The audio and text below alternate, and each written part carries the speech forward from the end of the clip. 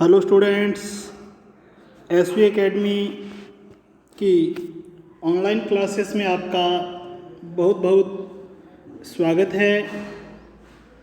जैसा कि हमने पढ़ा था कक्षा 8 के हिंदी विषय का लेसन नंबर 3 बस की यात्रा, जिसके लेखक हैं हरिशंकर परसाई। तो इसमें हमने इस लेसन को पढ़ लिया था कि किस प्रकार से लेखक अपने 5 मित्रों सहित शाम के समय बस की यात्रा करता है और किस प्रकार से वह बस वयोवृद्ध है यानी कि बूढ़ी है, और किस प्रकार लोगों ने सलाह दी कि शाम के समय इस बस से यात्रा कभी नहीं करनी चाहिए। तो लेखक उस यात्रा के दौरान किन किन अवस्थाओं से गुजरता है, इसको हमने बड़े अच्छे तरीके से पढ़ा। किस प्रकार बस बार बार ख़राब हो जाती है, कभी उसका टायर पंचर हो गया, कभी पेट्रोल की टंकी में छेद हो गया, कभी कुछ तो कभी कुछ। तो लेखक को यात्रा के दौरान उसके ब्रेक फेल होने की संभावना भी रहती, किस प्रकार से कि बस कहीं किसी पेड़ से ना टकरा जाए, किसी पानी के तालाब में गोता न लगा जाए। इस प्रकार से हंसी मजाक करते हुए उनका सफ़र तय हुआ और अंत में उन्होंने सफ़र तो क्या तय हुआ, अंत में उन्होंने ये डिसीज़न लिया कि हमारा अंत अर्थात हमें मोक्ष इसी बस में ही मिल जाएगा और हम आगामी लोक में, परलोक में या दूसरे लोक में प्रवेश कर जाएंगे। तो किस प्रकार से इस लेसन में इन सब बातों को हमने पढ़ा है। तो आज हम पढ़ेंगे इस लेसन के महत्वपूर्ण शब्दार्थ जो आपको अपनी कॉपी के अंदर, फेयर कॉपी के अंदर नोट करने हैं। तो ऊपर लिखना है कक्षा 8, कक्षा नहीं लिखने की ज़रूरत है, लेसन नंबर 3 बस की यात्रा, और इसके लेखक हैं हरिशंकर परसाई। तो जैसा मैंने लिखा उसी प्रकार लिखोगे आप, एक लाइन में 2 शब्दार्थ। तो शुरू करते हैं शब्दार्थों को। तो सबसे पहला है तय करना। तय करना का मतलब होता है निश्चित करना, यानी कि किस प्रकार लेखक ने तय किया कि हम शाम की बस से यात्रा करेंगे, यानी कि तय करना मतलब निश्चित करना।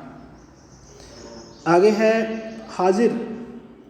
हाजिर का मतलब होता है उपस्थित, जिसको इंग्लिश में हम प्रेजेंट भी बोलते हैं, यानी कि प्रेजेंट होना। हाजिर का मतलब उपस्थित। किस प्रकार लेखक को दूसरे दिन वहाँ जाके अपने काम पे हाजिर होना था, उपस्थित होना था, प्रेजेंट होना था। नेक्स्ट है सफ़र, जिसका अर्थ होता है यात्रा, जिसका अर्थ होता है यात्रा। आगे है श्रद्धा। श्रद्धा का मतलब होता है सम्मान की भावना। श्रद्धा का मतलब क्या होगा? सम्मान की भावना। आगे है वयोवृद्ध। वयोवृद्ध का मतलब होता है बहुत बूढ़ी, यानी कि ओल्ड एज, यानी कि बहुत ज़्यादा उम्र किसकी थी भी? बस की थी, वो वयोवृद्ध थी, यानी कि बहुत बूढ़ी थी। सदियाँ। सदियाँ का मतलब होता है सैकड़ों साल। सदियाँ का मतलब होता है सैकड़ों साल, यानी कि बहुत सारे साल। आगे है योग्य। योग्य का अर्थ होता है लायक, काबिल, इसको हम कहते हैं भी एबल, इंग्लिश में एबल भी कह सकते हैं। योग्य का मतलब लायक या काबिल। आगे है हिस्सेदार। हिस्सेदार का मतलब होता है भागीदार, यानी कि जिसको इंग्लिश में पार्टनर भी कह देते हैं, यानी कि ये मेरा पार्टनर है, हिस्सेदार है या भागीदार है, एक ही बात है। तो हिस्सेदार का अर्थ क्या होगा? भागीदार। आगे है गज़ब। गज़ब का अर्थ होता है आश्चर्यजनक, यानी कि अचरज, आश्चर्यजनक। आगे है अनुभवी। अनुभवी का अर्थ होता है तजुर्बेकार, एक्सपीरियंस होल्डर कह सकते हैं, जैसे यानी कि इनको तजुर्बा है, इनको अनुभव है, ये इनको एक्सपीरियंस है, तो इन्हीं शब्दों का अर्थ है। अनुभवी कह दो आप, तजुर्बेकार कह दो, एक्सपीरियंस वाला कह दो। आगे है रंक। रंक का मतलब होता है भिखारी। विलोम शब्द पढ़ते हो ना, राजा का रंक, तो रंक का मतलब क्या होता है? भिखारी। आगे है कूच करना। कूच करना का मतलब होता है प्रस्थान या रवाना। प्रस्थान या रवाना, गमन करना, कूच करना। आगे है निमित्त। निमित्त का मतलब होता है बहाना, बहानेबाजी करना, यानी कि निमित्त। तो निमित्त का अर्थ क्या होगा? बहाना। आगे है स्टार्ट। स्टार्ट का मतलब होता है चालू होना, यानी कि बस को स्टार्ट करना, चालू करना यानी। आगे है फौरन। फौरन का मतलब होता है तुरंत, शीघ्र। तुरंत भी कह सकते हैं, शीघ्र भी कह सकते हैं, इंग्लिश में जिसको सून बोलते हैं, SOON, सून। तो फौरन का मतलब क्या होगा? तुरंत, शीघ्र। आगे है सरकना। सरकना का मतलब होता है खिसकना, यानी कि आगे बढ़ने का मतलब ही हो सकता है सरकना का मतलब खिसकना। तो सरकना का मतलब क्या है? खिसकना। आगे है असहयोग। आगे है असहयोग। असहयोग का होता है सहयोग नहीं करना, किसी का सहयोग नहीं करना, यानी कि असहयोग। असहयोग का मतलब सहयोग नहीं करना। आगे है सविनय। तो सविनय का मतलब होता है निवेदन पूर्वक, विनय सहित। विनय पूर्वक कह दो, विनय सहित कह दो, प्रार्थना सहित कह लो। तो सविनय का मतलब होता है विनय सहित या निवेदन पूर्वक, प्रार्थना पूर्वक, रिक्वेस्ट करना मतलब किसी से। आगे है अवज्ञा। अवज्ञा का मतलब होता है आज्ञा नहीं मानना, किसी के आदेश को नहीं मानना। तो अवज्ञा का मतलब होगा आज्ञा नहीं मानना। आगे है ट्रेनिंग। तो ट्रेनिंग का अर्थ होता है प्रशिक्षण। ट्रेनिंग का अर्थ क्या होता है? प्रशिक्षण। आगे है ठौर। ठौर का मतलब होता है समय, जिसको काल भी कह सकते हैं हम। तो ठौर का मतलब क्या होगा? समय, टाइम यानी कि। आगे है बॉडी। बॉडी का अर्थ होता है ढांचा। बॉडी का अर्थ क्या होगा? ढांचा। आगे है एकाएक।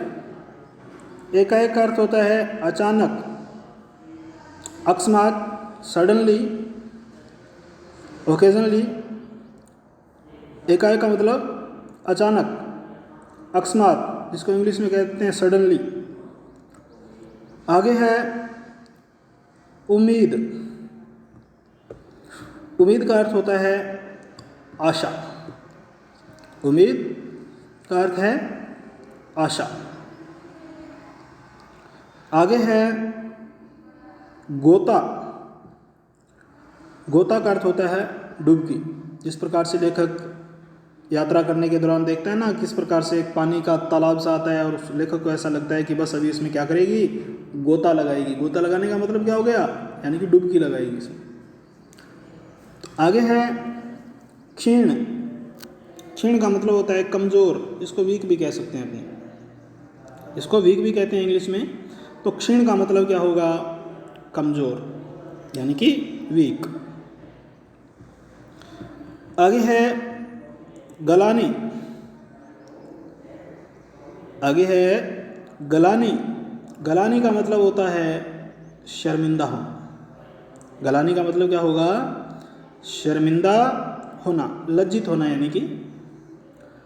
आगे है बियावान।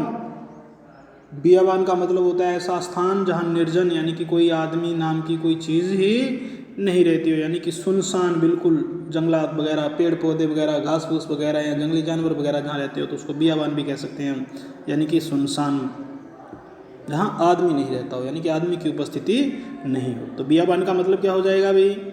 सुनसान। आगे है अंत्येष्टि।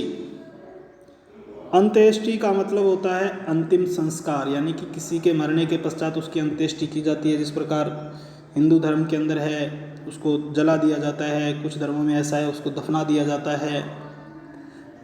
तो इस प्रकार से अंत्येष्टि 16वां संस्कार यानी कि अंतिम संस्कार।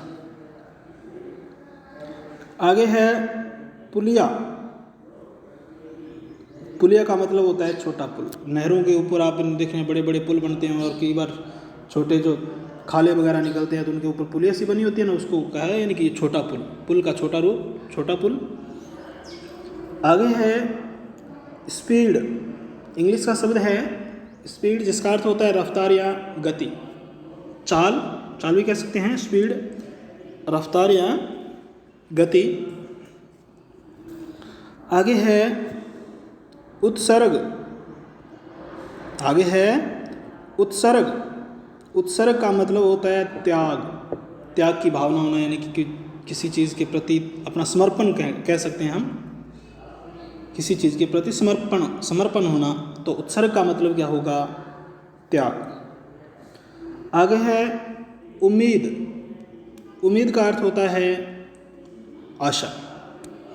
उम्मीद का अर्थ क्या होगा? आशा। आगे है गुजारना। गुजारना का मतलब होता है बिताना, व्यतीत करना।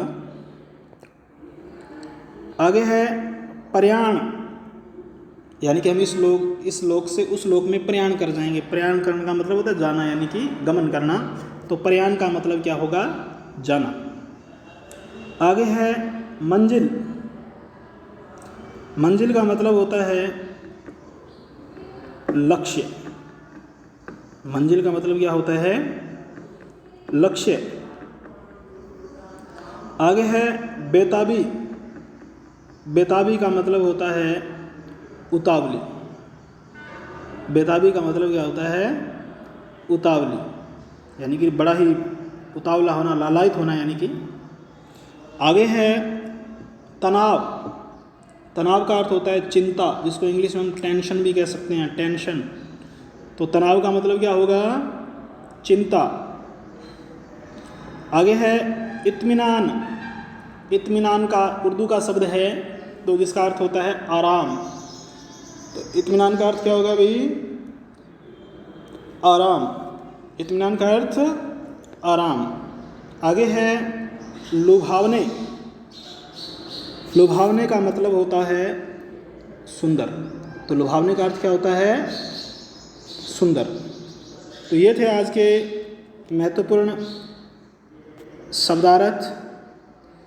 आगे हैं आपके इस पाठ्य पुस्तक के प्रश्नोत्तर, और इन प्रश्नोत्तरों को हम आगामी ऑनलाइन क्लास के दौरान, यानी कि नेक्स्ट दिन पढ़ेंगे, जिस दिन इसका दिन है हिंदी का। तो ये जो शब्दार्थ मैंने आज आपको करवाए हैं, इनको आप बढ़िया तरीके से याद करोगे, और इसके साथ साथ आप इन सभी शब्दों के अर्थ को कॉपी में लिखने के साथ साथ बढ़िया तरीके से याद भी करोगे, क्योंकि एक आधे दिन के अंदर ही टेस्ट प्रक्रिया है वो जो आपकी शुरू हो जाएगी। यानी कि जो पीछे जो लेसन करवाए हैं, यानी कि जहाँ तक करवा दिए गए हैं वहाँ तक आपका टेस्ट भी होगा। तो ये दोबारा फिर मैं कह रहा हूँ कि इन शब्दार्थों को आप बढ़िया तरीके से अपनी अभ्यास पुस्तिका में नोट करने के साथ साथ इनको याद भी करोगे। तो आज के लिए स्टूडेंट्स इतना ही। बहुत बहुत धन्यवाद। Have a nice day. जय हिंद, जय भारत।